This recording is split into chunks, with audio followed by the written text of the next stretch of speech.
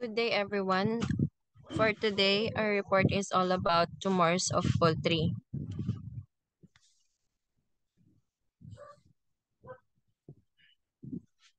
Introduction.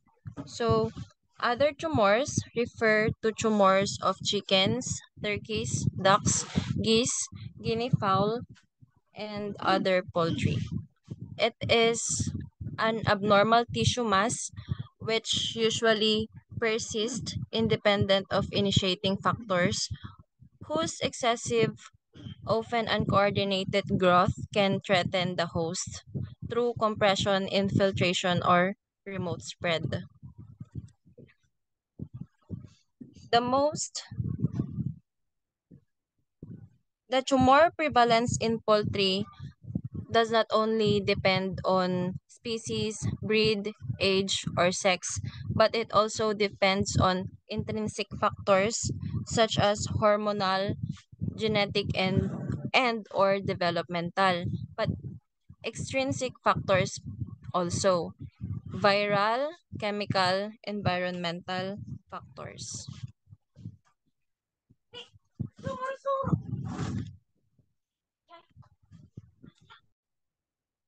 So first, sa urogenital system. So ovarian tumors are derived from surface mesothelium, which are the adenocarcinomas, from sex cord tissues, or the granulosa cell tumors, and arenoblastomas, germ cells like the teratomas and dysgerminomas, and other supportive tissues. Next. First, adenocarcinoma from surface mesothelium. So ovarian adenocarcinomas are small, firm, white nodules that occur on the surface of the ovary. They appear as gray-white, cauliflower-like mass. They can be differentiated back from oviductal adenocarcinomas because they may be widely metastatic and oviductal tumors may metastatize to the ovary.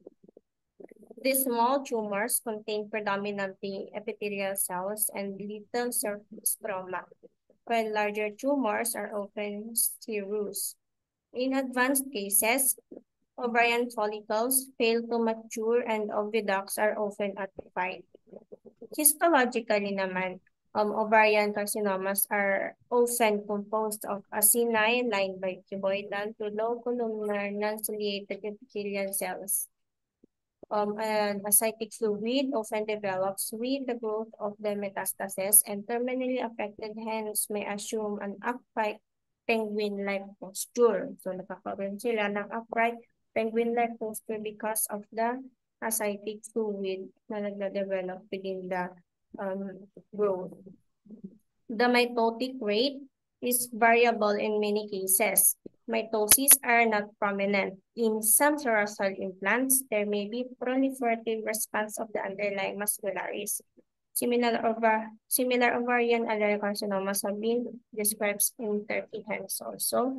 So in here, for figure 15.4, we have the acinar structures, a typical of ovarian adenocarcinoma filled with eosinophil material and lined by cuboidal cells, containing round nuclei with contents chromatin and sparse eosinophilic cytoplasm. So, histopath yun. Dito naman sa may gross pathology, sa first picture, letter A tumor is composed of tubules and acini lined by well-differentiated, relatively uniform epithelial cells separated varying amounts of interstitial connective tissue. Mitotic figures are not present. Sa letter B naman, here, the cancer in a hen that is no longer ovulating. Sa first kasi is ovulating pa rin siya. Sa B, the cells are in sheets that are poorly organized and do not form distinct tubules or acini. separated by connective tissue. Next. Next ovarian tumor is the granulosa theca cell tumors. So these tumors are irregularly round to multilobular and encapsulated by a smooth glistening membrane. Itong mga tumors na to are most commonly seen in young broiler chicken with precocious glandular hyperplasia of the oviduct. Histologically, tumor cells are polyhedral to fusiform with pale eosinophilic to vacuolated cytoplasm. Ultrastructurally naman, these tumor cells are identified by transosomes. So, transosomes are dense structures of the lateral and apical plasma membranes of granulosa cells that are taken up by the oocyte na nagiging associated with primordial yolk granules. Ovid, dito nangyayari yung oviducts of affected hens are the same size as those in hens in lay pero walang eggs na naproproduce. These granulosa theca cell tumors are also described in duck.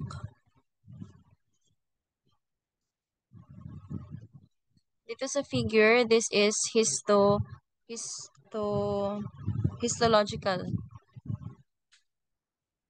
Granulosa theca cell tumor composed of uniform population of tightly packed tumor cells with plentiful pale eosinophilic cytoplasm and uniform round vesicular nuclei.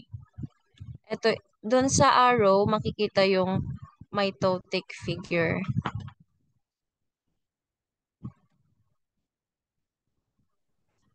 Next, the arenoblastomas, which is also derived from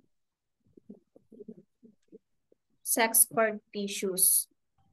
The areноblastoma or arenoma are associated with the formation of seminiferous tubules within the ovarian stroma and are accompanied by evidence of virilism or also called sex reversal. Sex reversal in domestic fowl is usually due to the destruction of the functional left ovary and formation of an ovotestis in the remnants of the rudimentary right gonad. Well-differentiated arenoblastomas are also composed of branching cords of columnar epithelium that are 2 cells thick. They're less differentiated naman, they may be arranged in cords, nests, and rosettes that form incomplete tubules separated by a prominent interstitium. For the large tumors, they may be hemorrhagic and have been induced by the injection of radioactive isotopes of the left ovary. Next. So in this figure, 15.60, the arenoma form a hen that showed sex reversal. There's a network of epithelial cells arranged as ill-defined cords and tubules. Next, ovarian Sertoli cell tumors. So these tumors were composed of seminiferous tubules, kagaya ng makikita natin dito sa figure, and the lying under the ovarian capsule rather, lined by tall columnar Sertoli cells with variable numbers of interstitial cells.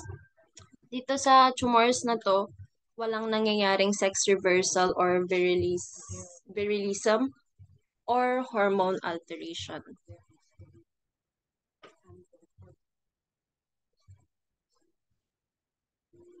For the leiomyoma in the mesosalpinx. Leiomyomas or fibroleiomyomas or even fibroids are common in domestic fowls, including specified pathogen or free or SPF hens and can affect up to 60% of hens in the first egg-laying cycle. Unless tumors are quite large, there is a little effect on the oviductal function. But there may be an increased egg yolk peritonitis. Sa affected hens naman by these tumors, there were elevated serum concentrations of estradiol. Na tumataas ang estradiol nila. The tumors are discrete, pale, solid masses less than 1 centimeter in diameter, but some may be several centimeters in diameter and heavily vascularized. The tumor cells are well differentiated, interlaced, smooth muscle cells bundled by variable amounts of connective tissue and are immunolabeled by smooth muscle actin, desmin, and vimentin.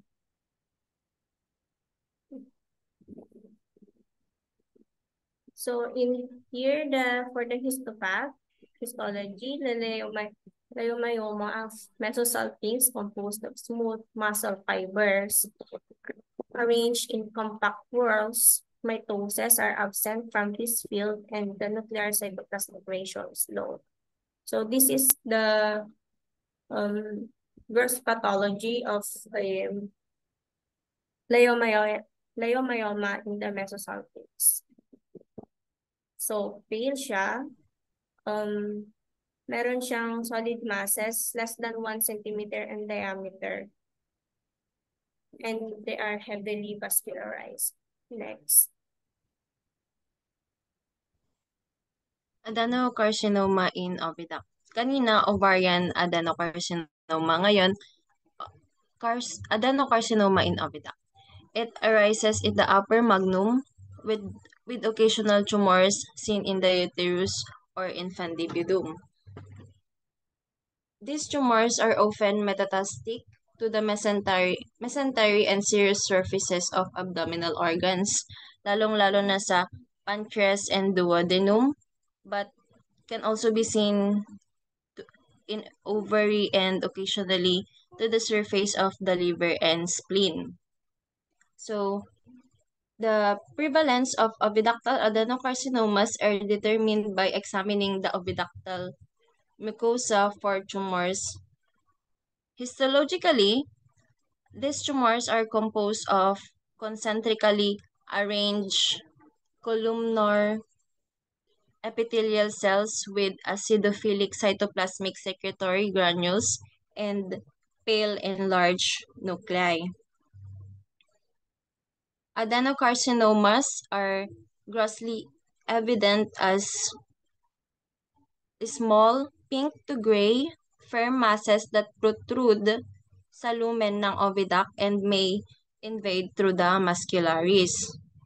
They are often well encapsulated and composed of well-differentiated cells. Sa immunohistochemical studies, demonstrated that the cells of oviductal adenocarcinomas contain ovalbumin. Same with ovarian adenocarcinomas. Cells of oviductal adenocarcinomas retain receptors for estrogen and progesterone, and the growth of these cells in vitro is stimulated by estrogen. Ito yung adenocarcinoma sa oviduct.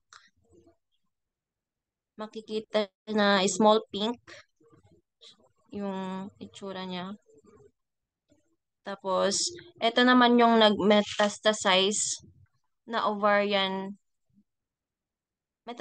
metastatic nodules of ovarian carcinoma were found attached to the serosal surface of the whole intestines.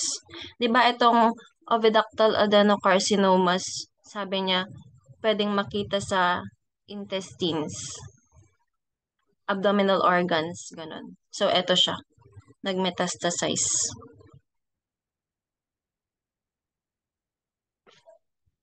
For seminoma in testis naman, seminomas have been reported in chickens, ducks, quails, guinea fowl, and also pigeons. Yan, iba. These tumors are commonly unilateral and consist of intratubular or broad sheets of round and polyhedral cells with eosinophilic cytoplasm and irregularly round, eccentrically placed nuclei. And multinucleated syncytia may be present, and it could also be metastatic then. Next. So this is for the histopath of seminoma. For the figure 15.68, it is a circularized cell tumor in a quail. There's a tubule-like structures lined by cells of 2 layers deep.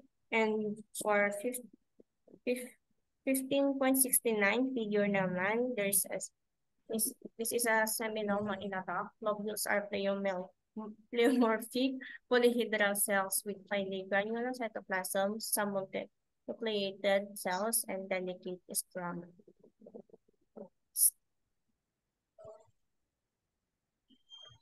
Next, punta naman tayo sa tumors ng digestive system ng poultry. Sa alimentary tract, squamous cell carcinomas are commonly reported galing sa oropharynx, esophagus, and crop of chickens. Such tumors were often superficially ulcerated and composed of cords and islands of anaplastic squamous epithelial cells, some of which surrounded by keratin.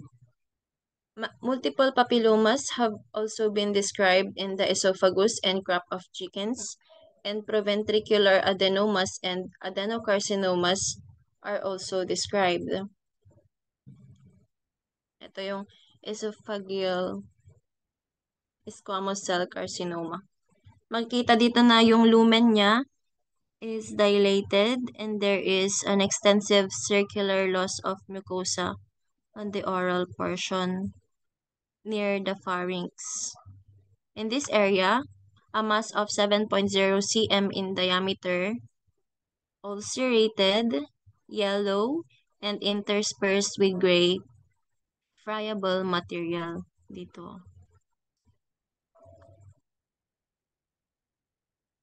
In addition, adenocarcinomas of the small intestine have also been described in chickens and ducks, and enterogenous cysts have been described in young chickens.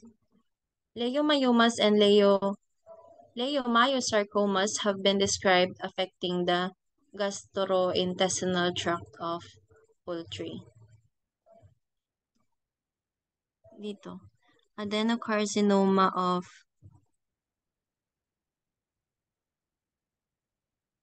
gizzard with growth of darkly staining cuboidal tumor cells downward into muscularies. Tapos dito naman sa figure na pangalawa, oropharyngeal squamous cell carcinoma in an adult non-commercial chicken. Cords, sa araw na to makikita yung cords and islands of epithelial cells with some central keratin pearls.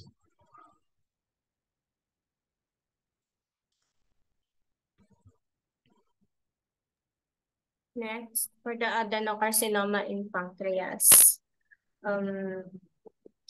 Pancreatic tumors may arise from ducts or exocrine cells, most likely from ductal epithelium, which is composed of columnar epithelial cells with basophilic cytoplasm. The exocrine tumors morphologically resemble acini or may not have zymogen granules. So for the figure 15.75, there's a pancreatic adenocarcinoma, probably of ductal cell origin composed of columnar cells, forming a tubular structures among a few remnants of acinar cells. Sa second picture naman, this is a pancreatic acinar cell adenocarcinoma with normal exocrine tissue and granular neoplastic cells.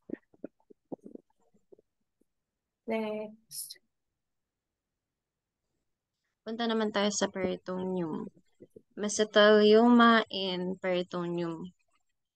These mesotheliomas have been reported in chickens and ducks. Multiple papilliform abdominal nodules in which mesothelial cells and anaplastic fibrocytes were seen have been described in aged female ostrich.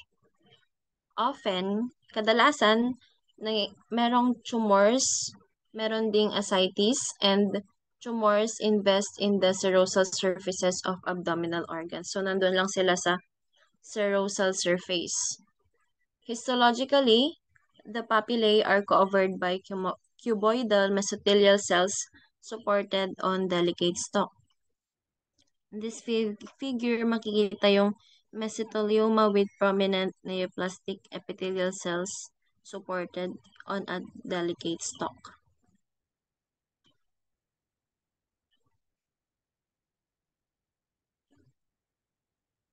Punta naman tayo sa lungs. Adenocarcinoma may also occur in the lungs. Though it is very rare, it may be characterized by small nodules near the primary bronchi.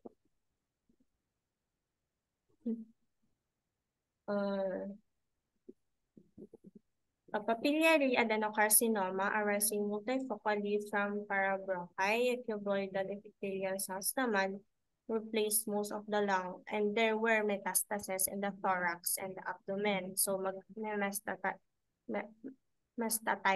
metastasize siya sa thorax and abdomen. It is more common in ducts. So Campbell described 3 cases characterized by small nodules near the primary bronchi, and Fredrickson and Humboldt described a papillary adenocarcinoma naman arising multifocally from parabronchi. So in this figure, it is a adenocarcinoma of lung composed of a papillary growth of epithelial cells that have replaced most of the normal lung. Next. Central nervous system, astrocytoma, is also known as foul glioma. It is a small mass of astrocytes na nag-extend cytoplasmic with extended cytoplasmic fibrillar processes described in aged hens and in domestic duck. It is located often near the thalamus or the base of the cerebellum.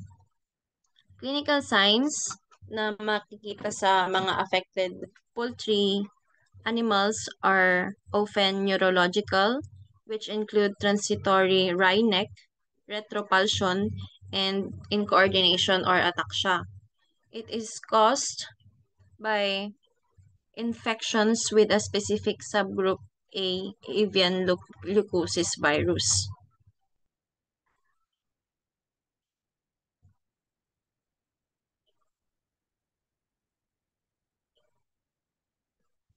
For the pineal body tumor naman, there are few reports of pineal body tumors in chickens. In the young hen described by Swain, the mass was greatly enlarged and displaced adjacent cerebellar tissue, and cells exhibit an increased mitotic rate. In the cases reported by Rees, there were neurologic symptoms such as fine tremors and head pressing. The tumors were composed of lobular masses, of low columnar epithelial cells surrounding a central lumen surrounded by a parafollicular cells. So, the lobules of a pineal body, tumor separated by a trabeculae in this figure.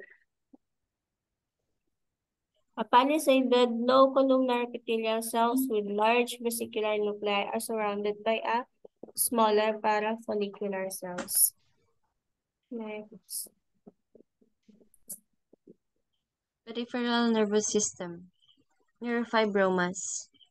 Neurofibroma is often used interchangeably with schwannoma or neurolimoma.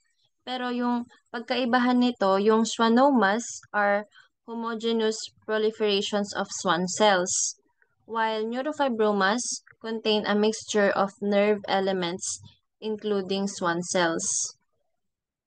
Tumors of nerve sheath are well recognized in young broiler chickens but also occurs in older birds. Neurofibromas are composed of fibroblast-like spindle cells that may form concentric whorls na nagre-resemble sa nerve sheaths. In tumors with predominantly Schwann cell proliferation, pwedeng magkaroon ng nuclear palisading or structures resembling sensory nerve endings. Kagaya nito. Schwannoma of the sciatic plexus showing a whirling pattern of spindle-shaped cells with central nuclei. Nakikita nyo to parang swirling, sabi niya. Whirling pala. Yan. Next. Tapos 10 minutes na lang po. Kaya nga. Gawa ulit tayo bago matay. For next, neuromas, a post-traumatic neuromas occur when afferent nerves become obstructed by densely collagenous scar tissue, resulting in tangled masses of poorly myelinated axons, Schwann cells, and perineurial cells separated by bands of connective tissue. These neuromas are not true neoplasms and are well-recognized sequelae of a beak trimming or toe amputation. When young chicks or turkey poults are partially beak trimmed, the dermal scar tissue is less dense, which may explain the relative absence of neuroma development in birds treated when they were young. In this figure, a post-traumatic neuroma in big tip showing dense collagenous scar tissue and multiple whorls of nervous tissue composed of poorly myelinated axons, Schwann cells, and associated connective tissue.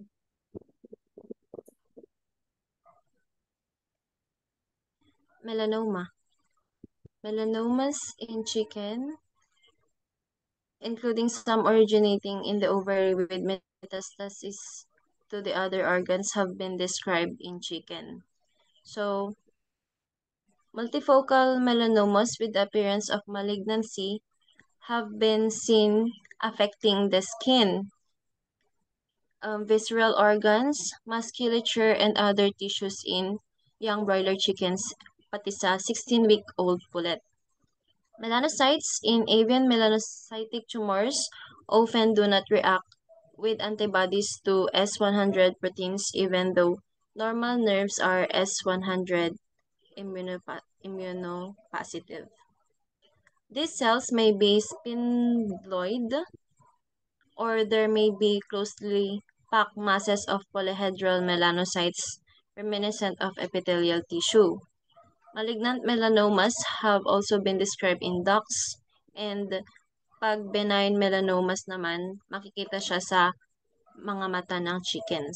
So dito, yung melanoma, nakikita sa skin ng chicken. They are multiple, variably sized, and multifocally replace the skin and underlying muscle. So, hindi lang siya sa skin na makikita pati sa muscles ng affected chicken or poultry.